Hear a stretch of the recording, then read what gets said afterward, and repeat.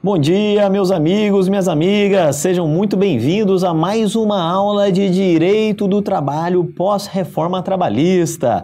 Eu sou Antônio Daudi, para quem não me conhece, sou professor de Direito do Trabalho aqui no Estratégia e para mim é uma grande satisfação contar aí com a participação de todos vocês. Já somos aí mais de 70 pessoas ao vivo nesta quinta-feira pela manhã.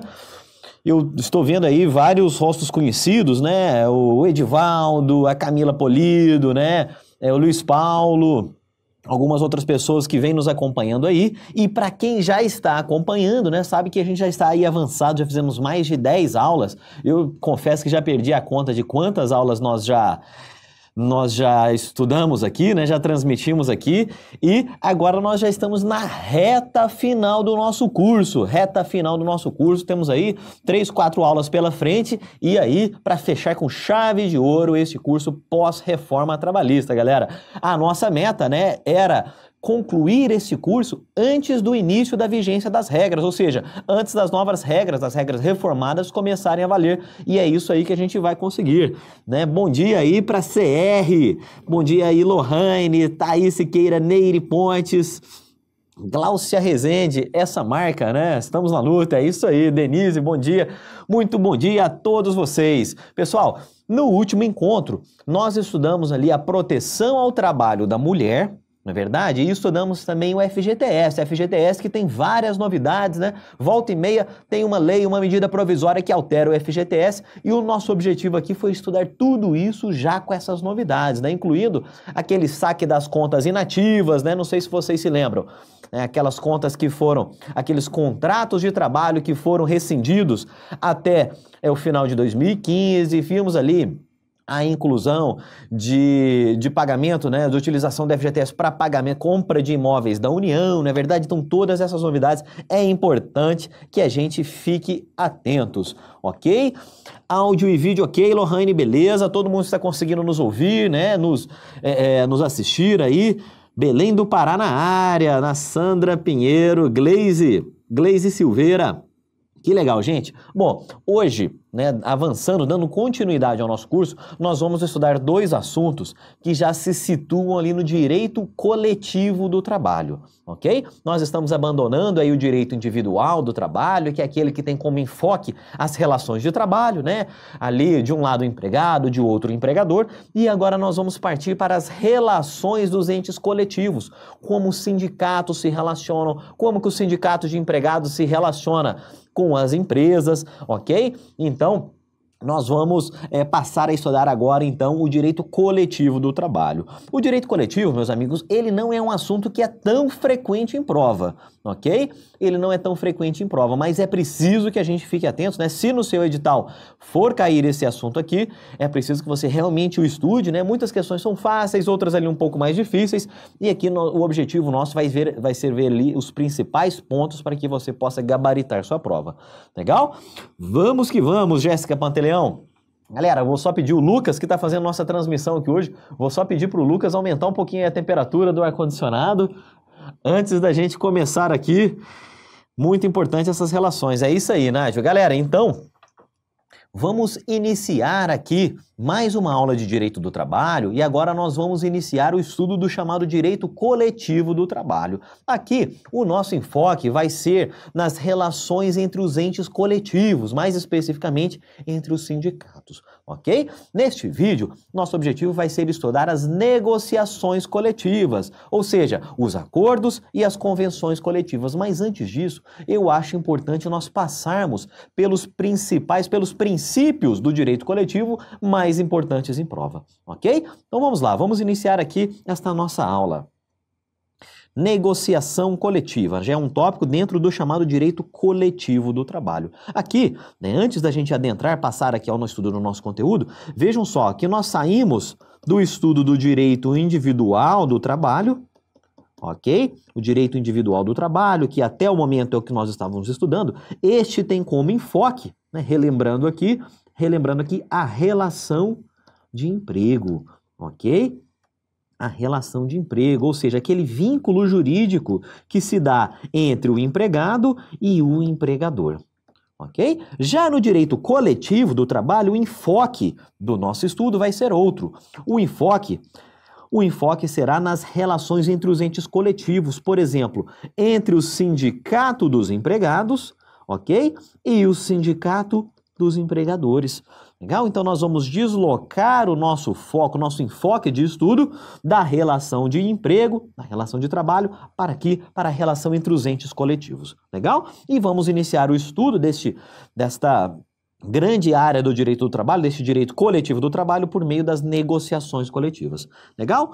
Bom, meus amigos, aqui, o que é importante, né? Volta e meia esse assunto aparece em prova, ok? Muitas questões, elas vão cobrar ali a literalidade dos dispositivos que nós vamos estudar aqui na nossa aula de hoje. Já outras questões, elas não vão ser muito fáceis, né? Então ali há uma mescla entre questões bastante simples, ok? Que se limitam a cobrar a literalidade, e outras mais capciosas que vão nos exigir realmente mais raciocínio e bastante conteúdo, inclusive atualização em relação ao posicionamento do TST, ok? Importante que a gente se prepare para qualquer uma dessas cobranças, legal? Bom, meus amigos, aqui vamos iniciar o estudo listando os princípios do direito coletivo do trabalho. Ok? E aqui os princípios mais importantes do direito coletivo para fins de prova. Não sei se vocês se lembram, mas há algum tempo nós estudamos os princípios do direito individual do trabalho. Ok? E nós estudamos lá o princípio da proteção, o princípio da norma mais favorável, o princípio da inalterabilidade contratual lesiva, intangibilidade salarial. Todos aqueles princípios se relacionam ao direito individual do trabalho. E aqui, a partir de agora, nós vamos estudar os princípios do direito coletivo, os mais importantes para fins de prova. Legal? Então, vamos listar aqui quais são eles, e nos próximos slides nós vamos detalhá-los um a um. Então, vamos lá. Nós temos o princípio da liberdade associativa e sindical, né? As pessoas devem ter liberdade para se associarem e se filiarem a um sindicato, conforme nós estudaremos. Existe ainda o princípio que vai resguardar a autonomia do sindicato, vedando interferências do Estado e das empresas na atuação sindical. Temos ainda o princípio da interveniência sindical na normatização coletiva, né? Quando formos ali pactuar acordos e convenções coletivas de trabalho, nós vamos perceber que será necessária a interveniência, ou seja, a participação de um sindicato.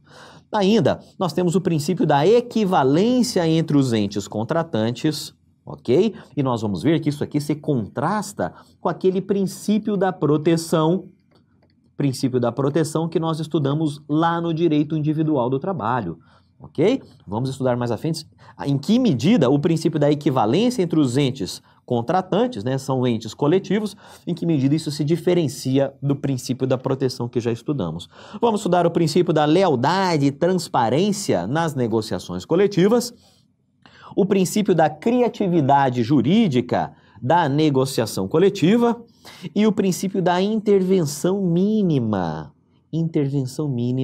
na vontade coletiva. E coloque um asterisco aí neste último princípio, que isso aqui é novidade, inovação da reforma trabalhista. Ok? Reforma trabalhista veio lá criando esse princípio, ao menos alçando esse princípio ao texto seletista. Legal? Agora vamos passar a estudar um a um.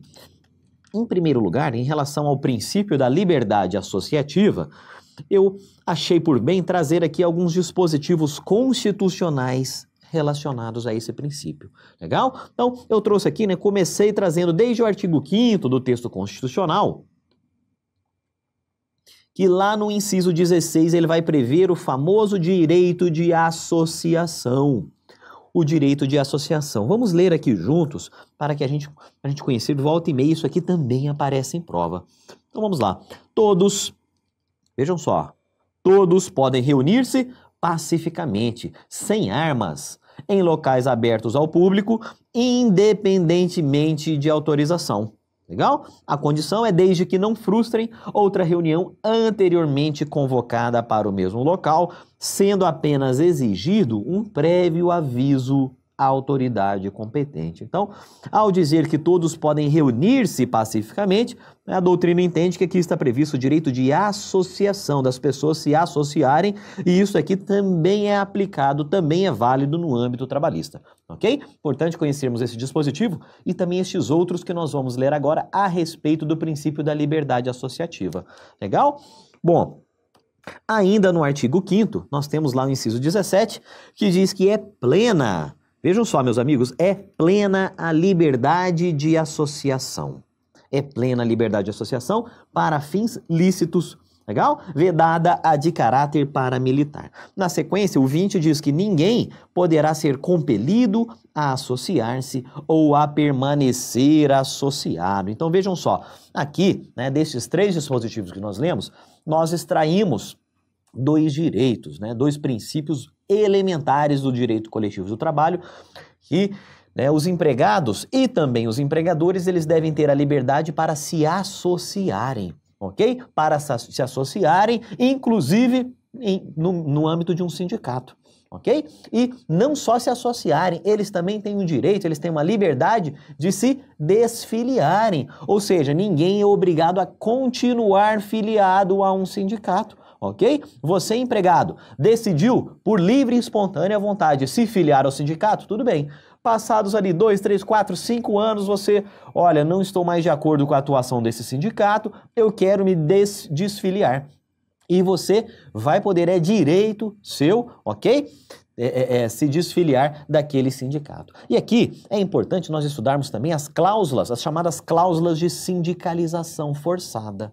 Ok? Então, por exemplo, você está desempregado e vai procurar emprego. Faz ali uma série de entrevistas, manda alguns currículos e em determinado momento a empresa vai lá e te seleciona. Só que a empresa chega para você e fala, olha, eu vou te contratar, gostei do seu perfil, mas para que eu te contrate, você precisa se filiar ao sindicato.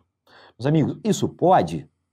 A resposta é negativa, ok? Não pode ser, não se impõe, né? É vedado se impor como condição para a contratação a filiação sindical. E da mesma forma, vamos supor que a gente tem ali um acordo coletivo do trabalho firmado entre o sindicato dos empregados e determinadas empresas que impõe, né? Existe uma cláusula deste acordo coletivo que diz que aquelas empresas somente podem contratar empregados filiados. E também diz que empregados que se desfiliarem automaticamente estarão dispensados sem justa causa da empresa.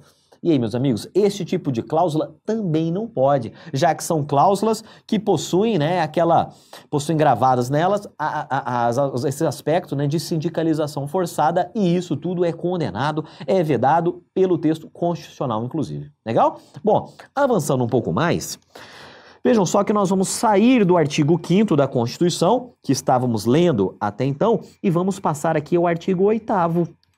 Ok? E nós vamos ler vários dos incisos do artigo 8º aqui nessa aula, né? Vamos iniciar a leitura dele, né, pelo caput e pelo seu inciso 5º, que diz assim, é livre, ok? É livre a associação profissional ou sindical.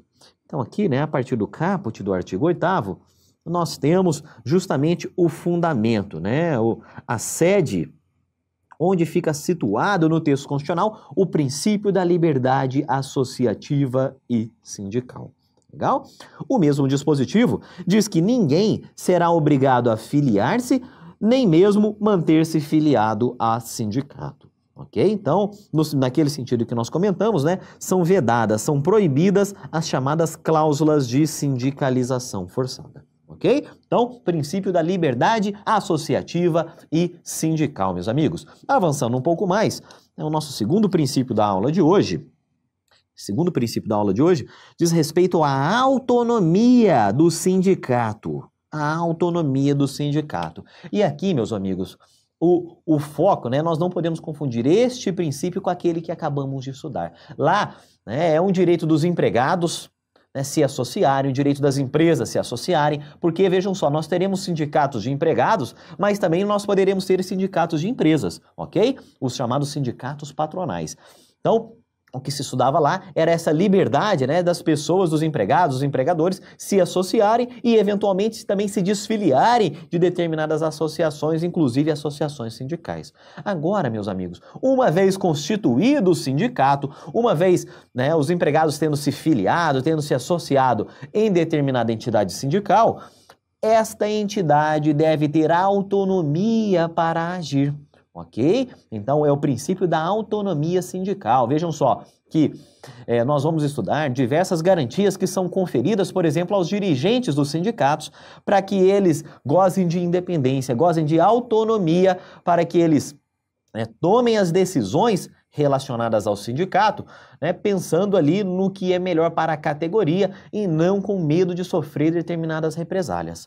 Legal? Então, o sindicato deve estar protegido contra interferências tanto do Estado quanto das próprias empresas, no caso dos sindicatos patronais. Legal? Então, vamos aqui para o slide, né, estudar esse princípio da autonomia dos sindicatos, em que se vedam, em especial, as interferências do Estado, interferências estatais no funcionamento do sindicato. E, nesse sentido, de novo aqui o artigo 8º do texto constitucional, lá no inciso 1º, ele vai dizer que a lei não poderá exigir autorização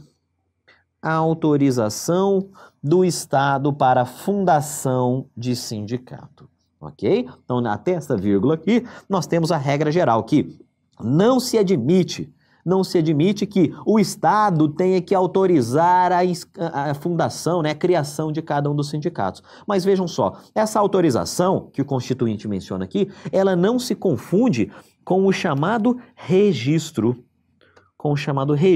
no órgão competente. Ok? Então, a lei não poderá exigir autorização do Estado para a fundação de sindicato, ressalvado o registro no órgão competente. E vejam só, continua, né, reafirmando o princípio da autonomia sindical.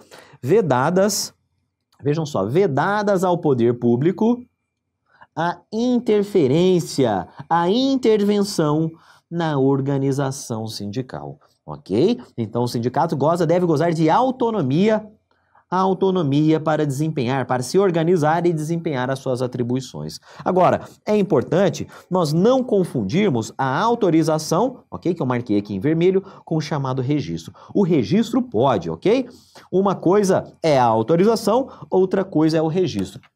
A autorização, meus amigos, que é vedado, que não se admite para a fundação, para a criação de sindicatos, é aquela situação em que, né, determinado grupo de empregados, eles decidem se associar, decidem ali fundar o sindicato, e aí eles têm que pedir para o Estado, falar, olha, poder público, nós queremos montar o sindicato, vocês me autorizam, eu posso montar o sindicato? Vejam só, isso tudo é vedado, é proibido, inclusive pelo texto constitucional. Agora, o que se permite é o chamado registro dos sindicatos no órgão competente. E qual que é a diferença, meus amigos? A principal diferença é que o registro é um ato vinculado, ok?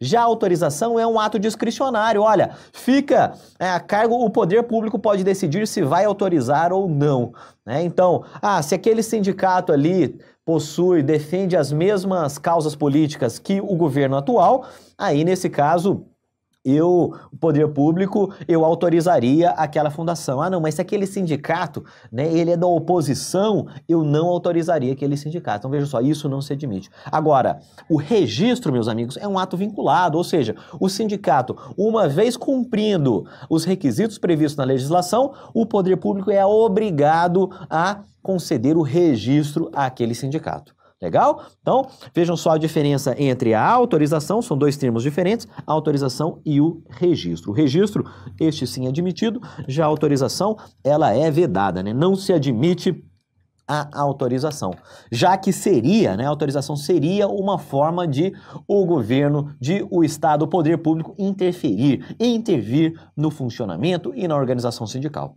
Ok? Então este é o segundo princípio, princípio da autonomia sindical. Avançando um pouco mais, meus amigos, nós temos aqui um terceiro princípio importantíssimo do direito coletivo, que é o princípio da interveniência sindical na normatização coletiva. E a respeito dele, é importantíssimo que a gente leia e conheça o inciso 6º do artigo 8º do texto constitucional. Ele vai nos dizer que é obrigatória, vejam só, é obrigatória a participação dos sindicatos nas negociações coletivas de trabalho. Ok? Então, é obrigatório que os sindicatos participem dessas negociações coletivas. Vejam só, negociações coletivas, meus amigos, é uma expressão que engloba os acordos coletivos do trabalho, ok? Acordo coletivo do trabalho e também as convenções coletivas do trabalho.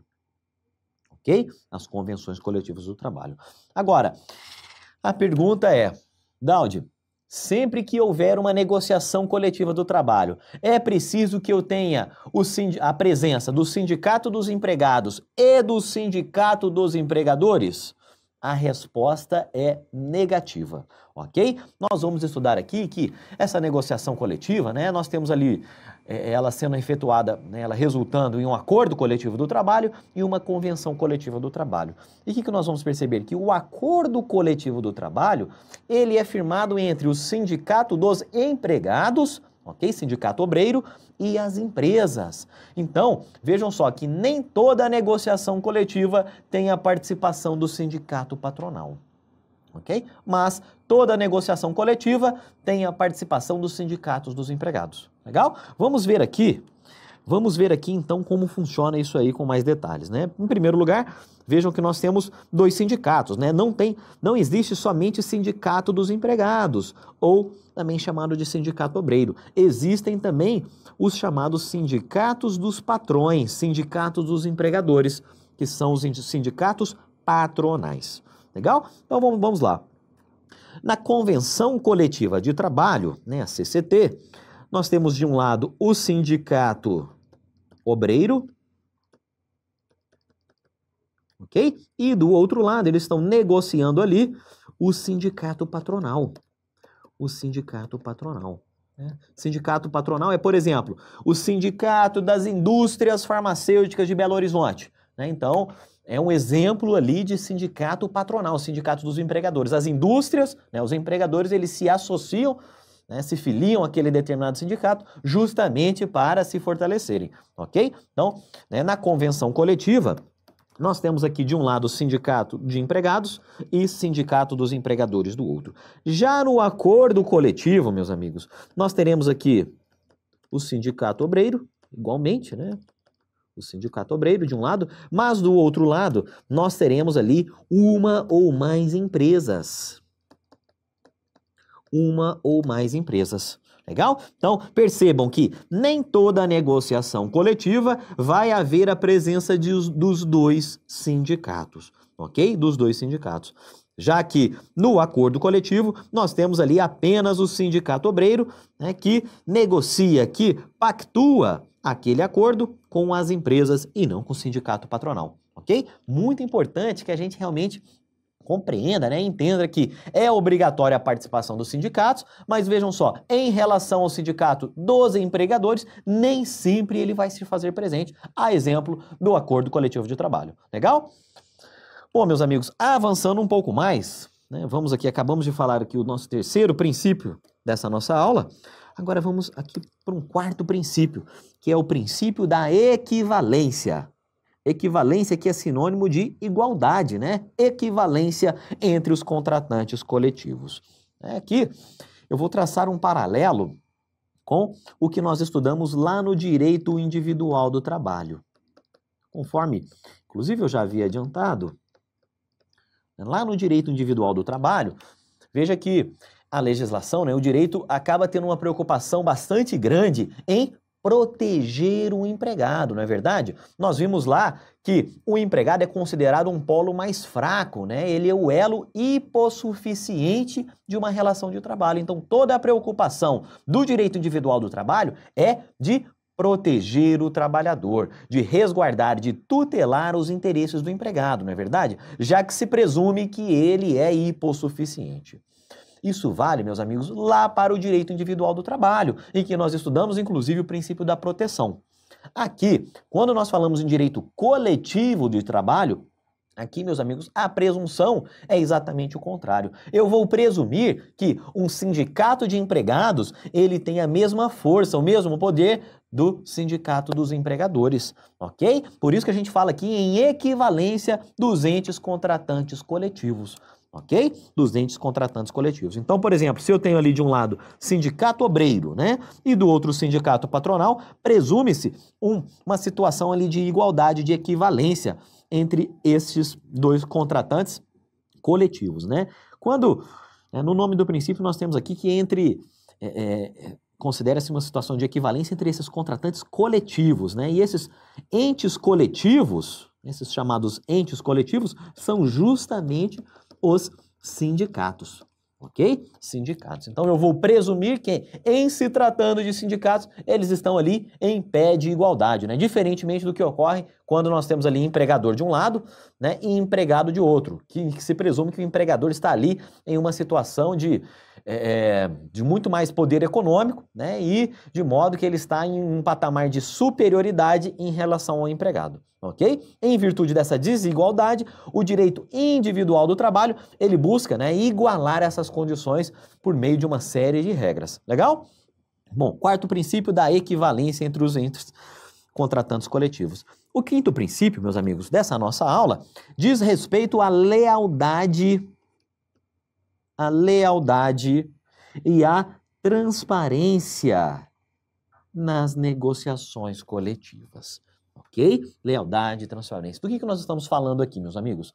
Bom, as regras que vão emanar de um acordo coletivo ou de uma convenção coletiva, né, que vão emanar de uma negociação coletiva, essas regras, meus amigos, elas vão pautar uma série de condições do dia a dia das relações de trabalho, ok? Então aquilo ali realmente vai ser sentido na pele dos empregados, na pele dos empregadores.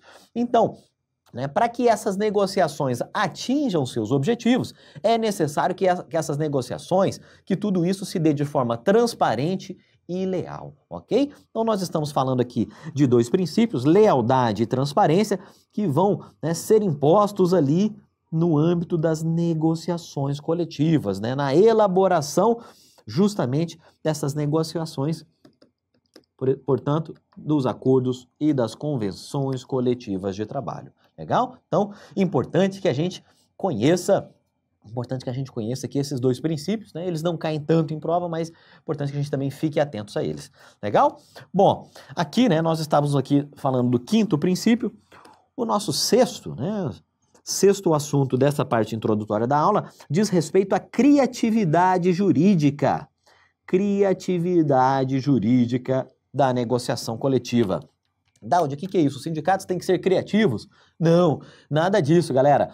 Esse princípio vai nos dizer que acordo coletivo e convenção coletiva, eles criam normas jurídicas, ok? Eles, portanto, inovam no ordenamento jurídico, criando regras, criando normas jurídicas, ok? Inclusive, nós estudamos, quando estudamos as fontes do direito do trabalho, nós destacamos que acordo coletivo e convenção coletiva são fontes, inclusive fontes formais do direito do trabalho, ok?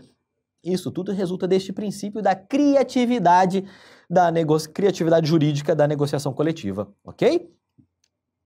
Bom, então, vejam só, essa negociação coletiva que abrange ali os acordos e as convenções coletivas de trabalho, elas criam normas jurídicas efetivamente, normas jurídicas que possuem aquelas características de serem, a chamado GIA.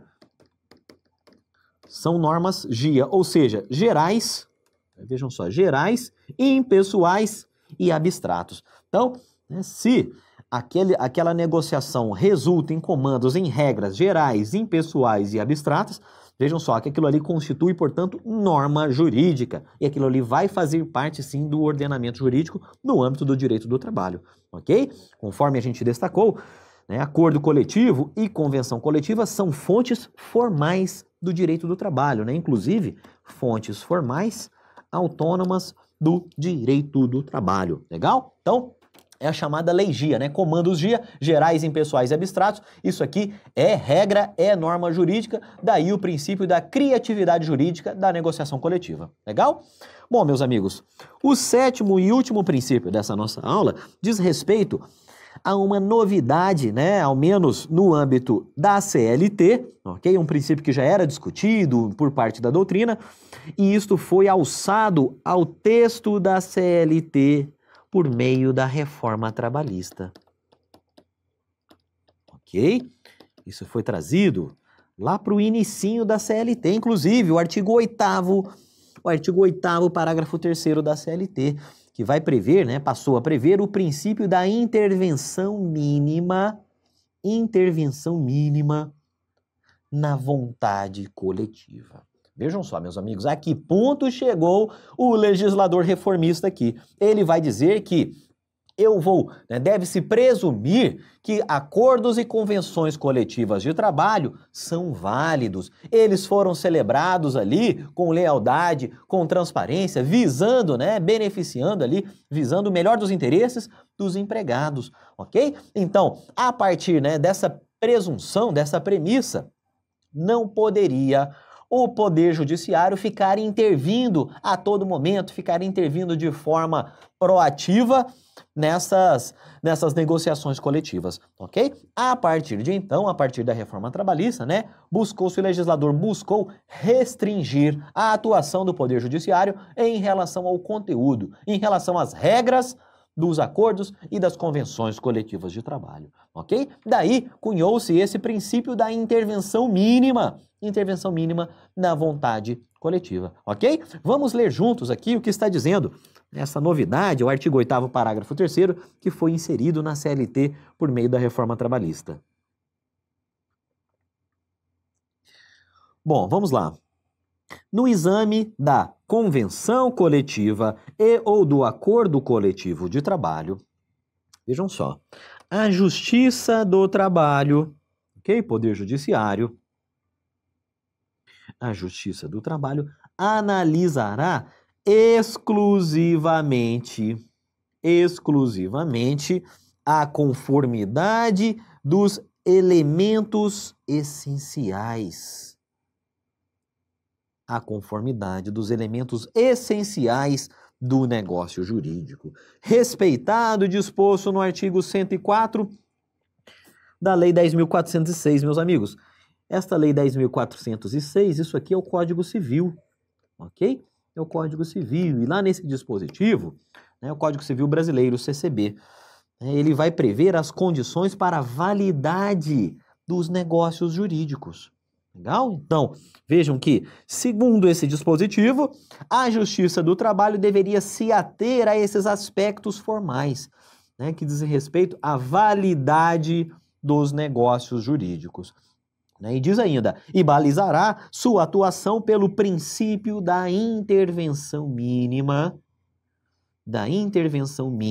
na autonomia da vontade coletiva, ok? Então, lá no artigo 104 do Código Civil, nós vamos ter aqueles elementos de validade de um negócio jurídico, agente capaz, objeto lícito, a forma, enfim, são elementos muito básicos, são aspectos bastante, vamos dizer assim, um tanto formais, em relação às negociações coletivas. Então, em outras palavras, esse dispositivo está dizendo que, olha, Poder Judiciário, você não tem que ficar entrando aqui no conteúdo dos acordos e das convenções coletivas para avaliar se isso aqui pode ou não pode, para avaliar se isso aqui beneficia o empregado ou não, se é desproporcional aqui essa transação que foi efetuada. Então, em tese, o Poder Judiciário deveria se limitar a fazer essa análise exclusiva, tão somente sob o ponto de vista desses elementos de validade, ok? Em relação ao agente, a capacidade do agente, em relação ao objeto e em relação à forma, ok? Então, é um tanto ali, é uma forma de colocar ali o Poder Judiciário em uma camisa de força e dizendo, olha, você pode olhar apenas isso aqui. Ok? É uma tentativa, portanto, do legislador reformista de restringir a atuação da Justiça do Trabalho quanto ao conteúdo dos acordos e convenções coletivas do trabalho. Legal? Importantíssimo que a gente conheça essa novidade da reforma trabalhista no que diz respeito ao direito coletivo do trabalho. Beleza? Bom, meus amigos, mudando um pouquinho de assunto, nós vamos passar a tratar aqui mais especificamente das negociações coletivas de trabalho. Eu vou começar este assunto com um beabá aqui que cai muito em prova. Ok? Vou começar aqui com esse esquema que, vez ou outra, é cobrado e a gente não pode errar essa questãozinha aqui que não é tão complicada assim. Vamos lá. Como a gente já destacou, negociação coletiva é uma expressão que engloba tanto a convenção coletiva de trabalho quanto o acordo coletivo de trabalho, não é verdade? E vamos destacar aqui novamente que a convenção coletiva é aquela negociação, aquele pacto que se dá entre o sindicato patronal e o sindicato dos empregados. Legal? Por outro lado, o acordo coletivo de trabalho, ACT, ele é pactuado ali entre os sindicatos dos empregados e uma ou mais empresas, ok? Isso aqui é simples, né? Mas vez ou outra cai em prova e a gente não pode, né, se esquecer disso aqui. Então, de um lado a convenção coletiva, do outro o acordo coletivo, e a principal diferença entre eles são os polos subjetivos pactuantes, ok? Os polos subjetivos, né, os entes que irão pactuar aquela negociação, ok? Então, convenção coletiva, sindicato-sindicato, acordo coletivo, sindicato-empresa. Beleza? Bom, meus amigos, agora nós vamos entrar aqui, né, na definição seletista a respeito de convenção e de acordo coletivo de trabalho. Vamos iniciar aqui estudando o artigo 611 da CLT. Este artigo, meus amigos, vai definir o que é considerado, né, como a CLT define a convenção coletiva de trabalho. Vamos ler juntos aqui. Vamos lá. Convenção coletiva de trabalho é o acordo de caráter normativo, ok? Então, isso aqui se relaciona com aquele princípio da criatividade jurídica das negociações coletivas, né? Ele possui um caráter de norma jurídica, acordo de caráter normativo, pelo qual dois ou mais sindicatos, né? Então, vejam só, eu tenho pelo menos 2 sindicatos ali presentes. 2 ou mais sindicatos representativos, tanto da categoria econômica quanto da categoria profissional, estipulam condições de trabalho aplicáveis no âmbito das respectivas representações. Ok? No âmbito das respectivas representações, as relações individuais de trabalho. Aqui, meus amigos, vejam que, né, na convenção coletiva, há sindicatos que representam a categoria econômica e há sindicatos que representam a categoria profissional. Quando a CLT fala em categoria econômica, aqui, meus amigos, eu estou falando dos empregadores, ok? Dos patrões, das empresas. E quando ela fala em categoria profissional, aqui eu estou falando dos empregados, do obreiro. Ok? Então, vamos reler ao menos essa primeira parte, né? Convenção coletiva é o acordo de caráter normativo pelo qual 2 ou mais sindicatos que representam a categoria econômica, ou seja, empregadores, e representam também a categoria profissional, ou seja, empregados, né? É daí que a gente extrai que, numa convenção coletiva, eu tenho ali sindicato dos empregadores e sindicato dos empregados. Ok? Sindicato dos empregadores e sindicato dos empregados. Já nessa partezinha final, o 611 diz ainda que ele será aplicável, né? A convenção coletiva, será aplicável no âmbito das respectivas representações. Ok? Daí, meus amigos, a gente vai concluir que uma convenção coletiva, ela vai ser aplicável, ela deve ser obedecida por toda a categoria profissional. Ok? Toda aquela categoria profissional, e isso vai se diferenciar do acordo coletivo de trabalho, que vai ser válido apenas naqueles empregados que trabalham para aquela empresa que participou da celebração do acordo coletivo, ok? Então vejam só que a abrangência do acordo, da convenção coletiva, né, melhor dizendo, da convenção coletiva, que é essa que nós estamos trazendo aqui, A abrangência da convenção coletiva é muito maior do que a abrangência do acordo coletivo, ok? Ela vai ser válida no âmbito daqueles sindicatos, né, de toda a representação daqueles sindicatos que participaram da pactuação, da celebração da convenção, ok? Então, vamos supor, meus amigos, um exemplo bastante simples aqui, né? Vamos supor que eu tenho ali em determinada localidade, ok? Em determinada localidade, a empresa A, a empresa B e a empresa C. Essas três empresas, elas fazem parte do sindicato dos empregadores, vamos colocar aqui, do sindicato patronal daquele município, ok? Sindicato patronal daqueles municípios. Este sindicato vai lá e senta-se, né, numa mesa de negociações com o sindicato dos empregados dessas empresas, ok? O sindicato dos empregados, e eles entabulam uma convenção coletiva de trabalho. A pergunta é, meus amigos, esta convenção coletiva, ela vai valer para os empregados da empresa A? Sim, né? Da empresa B também e da empresa C também, já que todas essas três empresas, né, todos esses três empregadores, eles estão representados ali pelo sindicato patronal, ok? Agora, vamos supor o seguinte, que ao invés de celebrar uma convenção coletiva de trabalho, eu houvesse celebrado apenas um acordo coletivo de trabalho, ok? Entre a empresa A e o sindicato dos empregados. Ok? Então agora, apenas a empresa A foi lá, negociou com o sindicato dos empregados e isso resultou neste acordo coletivo de trabalho. Meus amigos, este acordo coletivo de trabalho, o que vai acontecer? Ele vai ser aplicável apenas aos empregados da empresa A. Legal? Ele não vai atingir os empregados da empresa B, nem mesmo os empregados da empresa C, ok? Daí a gente diz que a abrangência, né, a amplitude do alcance de uma convenção coletiva do trabalho, em geral, é maior, né, é superior do que o alcance das regras do acordo coletivo de trabalho, ok? Então, né, vamos resumir estes pontos aqui no slide aqui na tela. Então vejam só que a convenção coletiva de trabalho, né, ela abrange, né, as regras resultantes dessa convenção, ela irá atingir, alcançar toda a categoria profissional representada ali, ok? Toda a categoria profissional, né, desde que dentro da base territorial de determinado sindicato. Ok? Então, é isso aqui que a gente acabou de desenhar. Nesta convenção coletiva, ela vai atingir todas essas empresas aqui, né? Inclusive todos os empregados dessa categoria profissional que elaboram nessas empresas. Agora, meus amigos, uma pergunta muito comum.